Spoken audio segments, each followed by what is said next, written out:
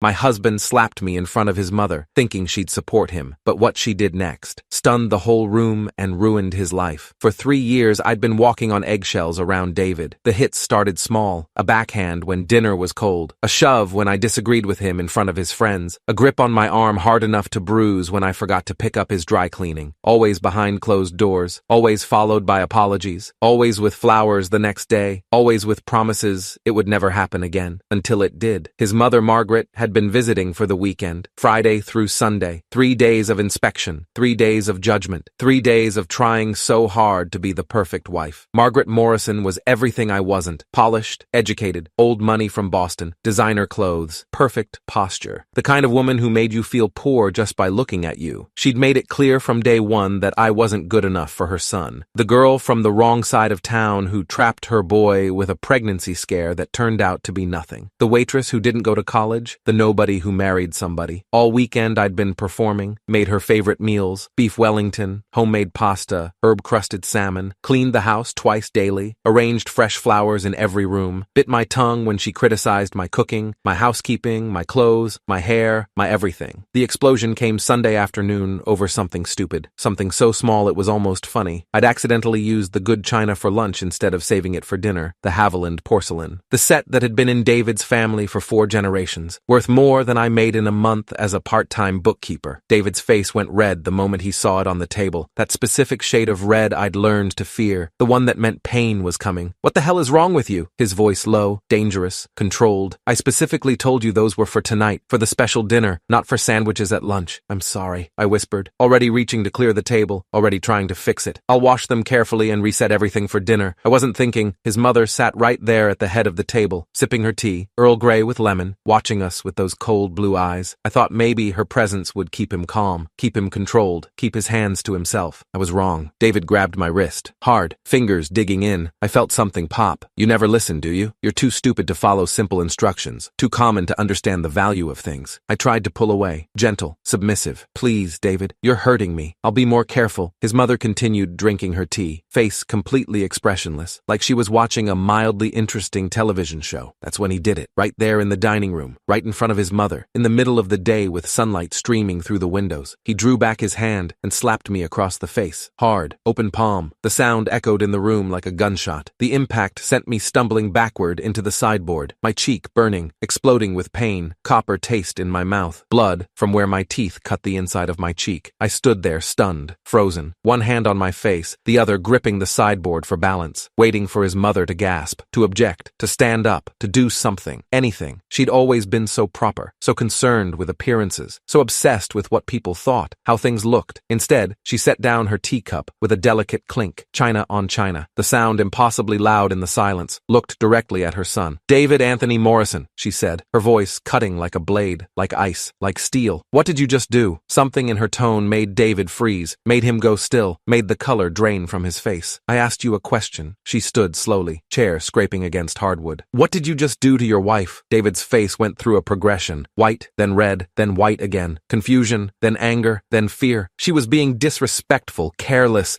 She needs to learn to follow instructions, to listen when I tell her something. You saw, she used the Haviland for lunch, after I specifically—" "I don't care about the china." Margaret's voice remained perfectly level, perfectly calm, which somehow made it more terrifying. "I asked what you just did. She needed to be corrected. You struck your wife, in my presence, in your home, in broad daylight." David straightened, defensive now. "She's my wife. This is between us. You don't understand how difficult she can be, how she never listens, how she—" His mother stood up, slowly, deliberately. She was a small woman, barely 5'4", slim, elegant, but somehow she filled the entire space, dominated the entire room. The look on her face was something I'd never seen before, not in 3 years of judgment and criticism, not anger exactly, something colder, more dangerous, more final. "Sit down," she said quietly. David hesitated, then sat, like a scolded child. Margaret walked over to me, each step deliberate, measured, her heels clicking on the hardwood. She examined my face, gentle fingers on my burn burning cheek, on my split lip, professional, clinical. How long has this been happening? I couldn't answer. Too scared, too confused, too shocked by this sudden shift. How long? Not a question, a command. 3 years, I whispered, voice breaking. Since 6 months after we got married. She nodded slowly, like this confirmed something, like she'd suspected, like she'd been waiting. Then she turned back to her son. Do you know who Rebecca was? David blinked, confused. What? Who? Rebecca Chen, my college roommate. Do you know who she was? No, I don't know what. She married a man like you. Margaret's voice was perfectly calm, perfectly controlled, like she was discussing the weather. Charming, successful, handsome, from a good family, Georgetown educated, law degree, partner track at his firm. The room went completely silent. Even the house seemed to hold its breath. He hit her, not often at first, just when she deserved it, just when she needed to learn a lesson, just when she was difficult or disrespectful or careless. Margaret walked to her purse, the expensive leather one, Hermes. She'd told me the price once to make me feel poor. I didn't know, not for years, not until it was too late. She never told me. She was too ashamed, too afraid, too convinced it was somehow her fault, that she'd provoked him, that she deserved it. She pulled something out, a leather folder, legal size. Rebecca died on a Tuesday morning, October 14th, 1987. Her husband pushed her down the stairs during an argument about burnt toast. She hit her head on the marble floor, fractured skull, brain hemorrhage. She was 32 years old. My hands started shaking. David had gone completely still. I went to the funeral. I saw the closed casket. I met her mother who could barely stand, her father who looked like he'd aged 20 years overnight, her little sister who was only 15. Margaret opened the folder. I swore on her grave that day that I would never let it happen again, that I would never miss the signs, never ignore what was right in front of me, never be complicit through silence. She laid papers on the table, photographs, dozens of them, me with a black eye last Christmas, a split lip from Easter, bruises on my arms from July, a swollen wrist from September, my neck with finger marks from last month. I've been documenting everything for 2 years, Margaret said, each word precise, each word deliberate. Every visit, every mark I saw, every excuse you made, every time you wore long sleeves in summer, every time you flinched when he moved too fast, every lie about falling downstairs or walking into doors. David stood up fast, chair clattering. Mother, you don't understand. She provokes me. She makes me lose control. If she would just sit down. He sat. I understand perfectly. Margaret's voice went even colder. You're just like him, just like Richard Chen.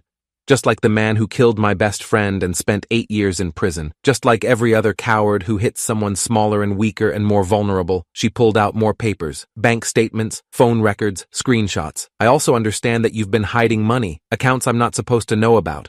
Transfers to private investments, cash withdrawals that don't appear in your shared accounts. David's face drained of all color, all blood, gone white as paper. Text messages with Melissa from your office, your associate. 2 years of messages. Hotel receipts, dinner receipts. A second apartment in Arlington I wasn't supposed to discover. She looked at me, her expression softening for the first time. Softening.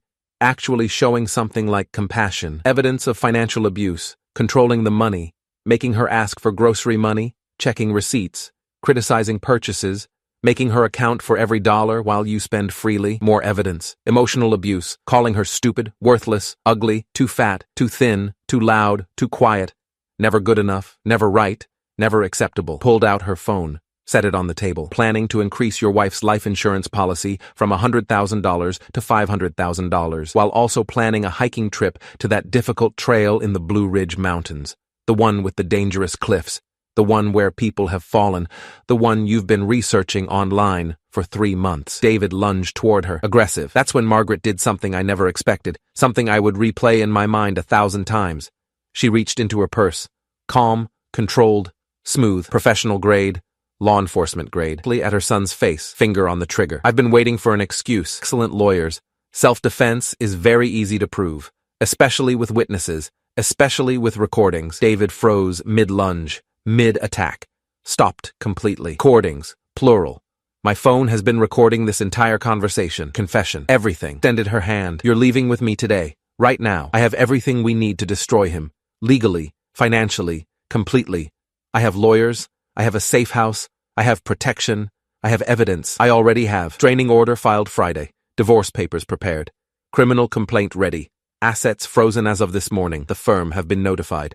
Your father has been notified. Everyone who matters has been notified. Coming in gasps. Face in his hands. Turned to me.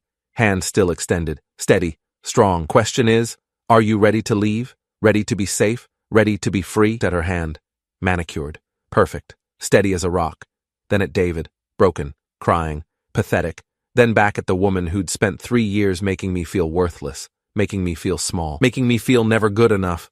The woman who'd been secretly saving my life, documenting everything, building a case, waiting for the right moment. Her hand, her grip was strong, secure, safe, and everything changed.